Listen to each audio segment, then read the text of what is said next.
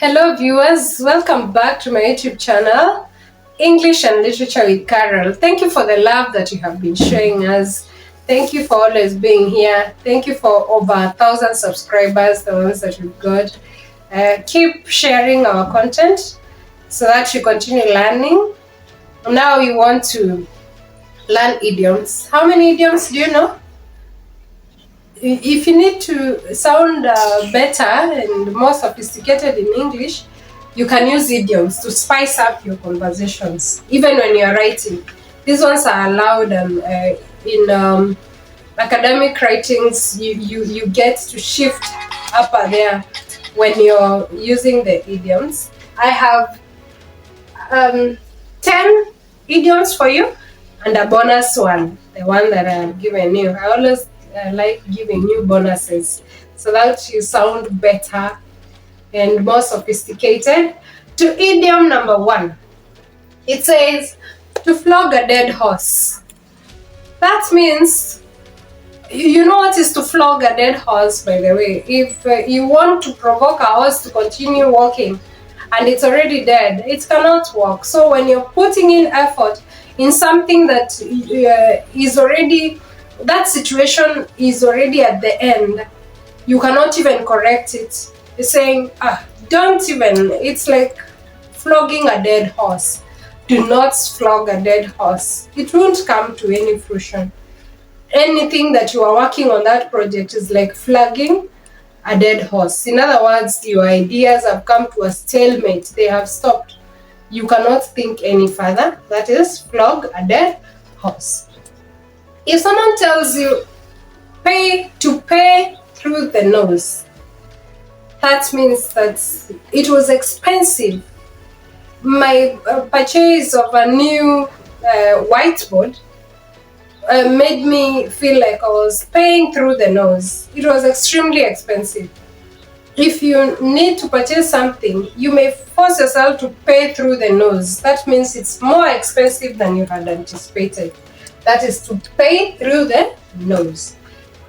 Idiom number 3, to steal someone's thunder. Have you seen people that steal others' thunder? Like you want to accept credit on accomplishments, the ones that you have not even had any business with. Someone that wants to steal others' thunder means that you want to behave like you worked on this project and now you should receive credits. That is stealing someone's thunder.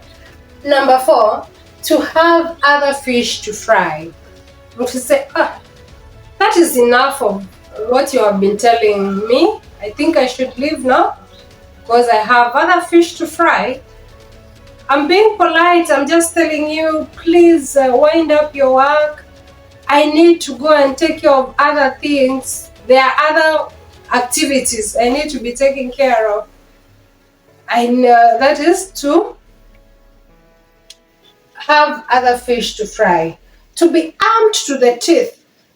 When I went to the exam room, I was armed to the teeth. That means I had a pencil, a rubber, a protractor, a mathematical set, That means you have everything that you needed. If you are armed to the teeth, you are not missing anything.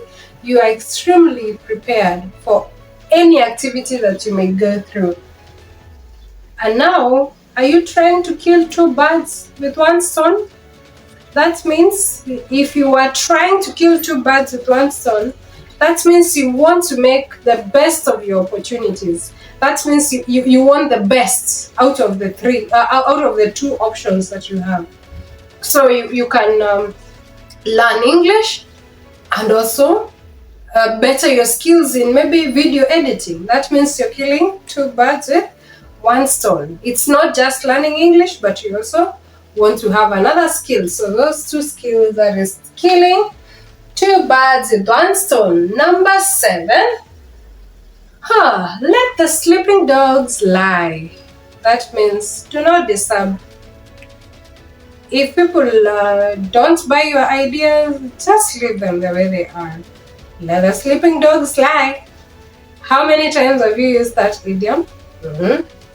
And then we say, do not hold water. Your cases do not hold water. That means there's not much, there's no substance in what you're trying to say. Your argument does not hold water.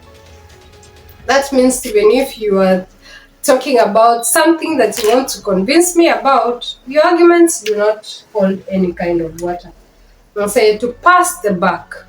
You want to pass the buck. You want to pass the blame from one person to another. That is passing the buck. That is idiom number 9. And idiom number 10 is to ride the shank's mare. If I tell you, that one is, it made us ride the shank's mare. That means we've walked and walked. You walked. That is walking with your feet. You ride the shank's mare. Now, I have an extra idiom there. I know you cannot even see it because it just came to me as a by the way. Idioms are many. I just want to give you an example so that it becomes an eye-opener for you when you're using that. The Americans use it as what is good for the goose is good for the gander.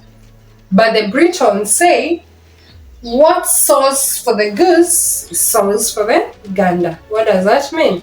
You know the goose and the gander? Do you know who is which is the female version of, do you know geese? There's the female version and the male version. So even if you are to feed them, what is it's just treating things with equality.